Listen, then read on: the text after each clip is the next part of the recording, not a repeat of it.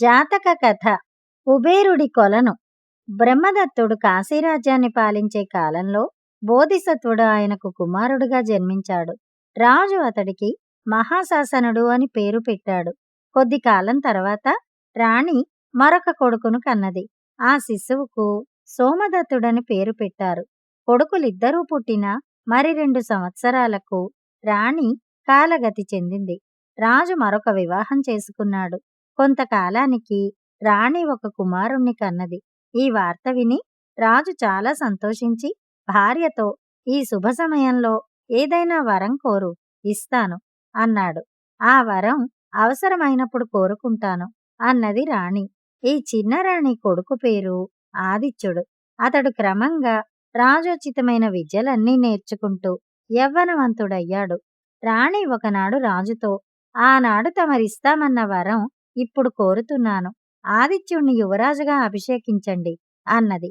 ఈ కోరిక వింటూనే రాజు నిశ్చేష్టుడైపోయి, "నా మొదటి భార్య కుమారులిద్దరుండగా ఆదిత్యుడికి యువరాజు పదవి ఎలా ఇవ్వగలను? నీ కోర్కె న్యాయసమ్మతం కాదు" అన్నాడు. ఈ విధంగా రాజు తన కోర్కెను నిరాకరించినా రాణి ఊరుకోక వీలైనప్పుడల్లా తన కొడుకును యువరాజును చెయ్యమని పీడించసాగింది. రాజు ఆమె తన మంకుపట్టు వదలదని గ్రహించాడు. అంతేకాక పెద్ద కుమారులిద్దరికీ ఆమె వల్ల ఏదైనా హాని జరగవచ్చన్న శంక కూడా కలిగింది. రాజు ఒకనాడు పెద్ద కొడుకులిద్దరినీ పిలిచి సంగతి సందర్భాలన్నీ చెప్పి, "మీరు నగరం విడిచిపోయి కొంతకాలం పాటు మరెక్కడైనా ఉండండి. నా తదనంతరం రాజ్యం మీకే చెందుతుంది గనక అప్పుడు తిరిగి వచ్చి రాజ్య పాలనాభారం వహించవచ్చు" అని సలహా ఇచ్చాడు. తండ్రి కోరిక ప్రకారం మహాశాసనుడు సోమదత్తుడు నగరం వదిలి దాని పొలిమేరలను చేరేంతలో చిన్నవాడైన ఆదిత్యుడు కూడా వెంట రావడం కనబడింది. పెద్దవాళ్ళిద్దరూ ఎంత చెప్పినా ఆదిత్యుడు తిరిగి వెళ్ళనన్నాడు. ముగ్గురూ కలిసి కొన్నాళ్లకు హిమాలయ ప్రాంతంలోని అరణ్యాలను చేరుకున్నారు. ఒకనాడు ముగ్గురు ప్రయాణ బడలిక తీర్చుకునేందుకు ఒక చెట్టు కింద కూర్చున్నారు. మహాశాసనుడు చిన్నవాడైన ఆదిత్యుడితో, "తమ్ముడు, ఆ కనపడే చెట్ల సమీపాన కొలను కనిపిస్తోంది. అక్కడికి పోయి నీ దాహం తీర్చుకుని మా కోసం తామరాకుల దొప్పల్లో నీరు తీసుకురా" అని చెప్పాడు. ఆదిత్యుడు వెళ్ళి కొలను నీటిలో దిగగానే అక్కడ ఉండే జలపిశాచి అతన్ని పట్టుకుని నీటి దిగువనున్న తన ఇంటికి తీసుకుపోయింది. ఎంతకు ఆదిత్యుడు రాకపోయేసరికి మహాశాసనుడు సోమదత్తుణ్ణి పంపాడు. అతణ్ణి జలపిశాచి పట్టుకున్నది. కొంతసేపు చూసి మహాశాసనుడు తమ్ములకేదో ప్రమాదం జరిగి ఉంటుందనుకుని కత్తి చేతపట్టి కొలం దగ్గరకు వెళ్ళాడు. అతడు కొలంలో దిగకుండా గట్టుమీదే నిలబడి నీటికేసి పరీక్షగా చూస్తుండడం గమనించిన జలపిశాచి అతడు తమ్ములలాగా తొందరపడి కొలంలో దిగడని గుర్తించింది. జలపిశాచి ఒక బోయవాడి రూపంలో మహాశాసనుడి దగ్గరికి వచ్చి, "అలా చూస్తూ నిలబడ్డావే? దాహంగా ఉంటే కొలంలో దిగి దాహం తీర్చుకోరాదా?" అన్నది. మహాశాసనుడు ఆ సలహా వింటూనే ఇందులో ఏదో మోసం ఉన్నదని గ్రహించి, "నీ వాలకం చూస్తుంటే నా తమ్ములిద్దరినీ నువ్వు కనపడకుండా చేశావన్న అనుమానం కలుగుతోంది. నిజం చెప్పు" అన్నాడు. "నువ్వు కొంచెం వివేకివిలా ఉన్నావు. నిజం చెబుతాను. ఒక్క జ్ఞాన సంపన్నులను మాత్రం వదిలి కొలం దగ్గరికి వచ్చి మిగతా వాళ్ళనందర్నీ పట్టి బంధిస్తాను. అలా చేయమని కుబేరుడి ఆజ్ఞ" అన్నది జలపిశాచి.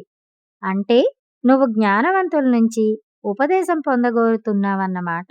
నేను నీకు జ్ఞానబోధ చెయ్యగలను, కానీ చాలా మార్గాయాసంలో ఉన్నాను" అన్నాడు మహాశాసనుడు. వెంటనే జలపిశాచం అతణ్ణి నీటి అడుగున ఉన్న తన ఇంటికి తీసుకుపోయి అతిథి మర్యాదలు చేసి ఉచితాసనం మీద కూర్చోపెట్టి తాను అతడి పాదాల దగ్గర కూర్చున్నది. మహాశాసనుడు తాను గురువుల నుంచి విన్నది, స్వానుభవం ద్వారా తెలుసుకున్నది అయిన పరమ జ్ఞానాన్ని గురించి జలపిశాచికి చెప్పాడు. వెంటనే జలపిశాచం పోయవాడి రూపం విడిచి తన నిజ రూపంతో, "మహాత్మా, నువ్వు మహాజ్ఞానివి. నీ తమ్ములలో ఒకరిని నీకు ఇవ్వదలిచాను. ఇద్దరిలో ఎవరు కావాలో కోరుకో" అన్నది. "అయితే ఆదిత్యుణ్ణి ఇవ్వు" అన్నాడు మహాశాసనుడు. "పెద్దవాణ్ణి వదిలి చిన్నవాణ్ణి కోరటం ధర్మం అవుతుందా?" అన్నది జలపిశాచి. ఇందులో ధర్మం కానిదేం లేదు. నా తల్లికి నేను మిగిలి ఉండగా నా పినతల్లికి ఒక కుమారుడు ఉండవద్దా? నా పినతల్లి తన కొడుకైన ఆదిత్యుడి కోసమే నా తండ్రిని రాజ్యం కోరింది. మా తండ్రి ఆజ్ఞపై మేము అడవులకు బయలుదేరాం. సోదర ప్రేమ చేత అమాయకుడైన ఆదిత్యుడు మా వెంట వచ్చాడు. పెద్దవాళ్లమైన మేము తిరిగి నగరానికి వెళ్ళినప్పుడు ఆదిత్యుడెక్కడా అని ప్రజలు అడిగితే అతన్ని జలపిశాచి మింగివేసిందని చెప్పటం ఏ రకం న్యాయం అవుతుంది అని మహాశాసనుడు జలపిశాచిని ఎదురు ప్రశ్నించాడు. అప్పుడు జలపిశాచి మహాశాసనుడి కాళ్లకు నమస్కరించి, నీ అంత గొప్ప జ్ఞాన సముద్రుణ్ణి నేనింతవరకు చూడలేదు. నీ తమ్ములిద్దరికీ స్వేచ్ఛ ఇస్తున్నాను. ఈ అరణ్యంలో ఉన్నంత కాలం నాకు అతిథులుగా ఉండండి అన్నది. మహాశాసనుడు తమ్ములు జలపిశాచికి అతిథులుగా ఉండిపోయారు. కొంతకాలానికి వాళ్ల తండ్రి బ్రహ్మదత్తుడు చనిపోయినట్టు తెలిసి మహాశాసనుడు తమ్ములతో జలపిశాచితో కాశీరాజ్యానికి వెళ్ళాడు. మహాశాసనుడికి రాజ్యాభిషేకం జరిగింది. అతడు సోమదత్తుణ్ణి తన ప్రతినిధిగాను ఆదిత్యుణ్ణి సేనాధిపతిగాను నియమించాడు. తనకు మేలు చేసిన జలపిశాచికి చక్కని విడిది ఏర్పాటు చేసి దాని అవసరాలు గమనిస్తుండేందుకు నౌకర్లను నియమించాడు. కథ సమాప్తం. కక్కుర్తి. శివం పట్నంలో పెద్ద ఉద్యోగి, అయినా కక్కుర్తి మనిషి. ఒకనాడు అతను కొంతమంది మిత్రులతో సహా వ్యాహ్యాళికి వెళ్ళి రహదారిన తిరిగి వస్తుండగా అతనికొక మూట దారిలో దొరికింది. అందులో 1000 రూపాయలున్నాయి. దాన్ని న్యాయస్థానంలో ఇచ్చేస్తే పోగొట్టుకున్న వారికి చేరుతుందని మిత్రులు అన్నారు. కాని శివం అందుకు ఒప్పుకోక ఆ 1000 రూపాయలు తన వెంట ఉన్నవారితో పాటు తాను పంచుకున్నాడు. అతను చేసిన పని అతని అనుచరులకు నచ్చలేదు. కాని అతని హోదా పెద్దది గనక ఊరుకున్నారు. శివం ఇంటికి చేరేసరికి అతని అత్తగారు వచ్చి ఉంది. అతన్ని చూస్తూనే ఆమె, అల్లుడు, ఈ ఏడాది నీకు బట్టలు పెట్టలేదు. అందుకని 1000 రూపాయలు ఎడ్లబండి ఆమెను బాపత్ తెచ్చాను అంటూ సంచిలో చెయ్యి పెట్టి, అయ్యో నాయనా, డబ్బు మూట కనపడ్డం లేదు. దారిలో పోయింది గామాలు. నువ్వు వెళ్ళి వెంటనే రక్షక భట్లకు ఫిర్యాదు చేసిరా అన్నది.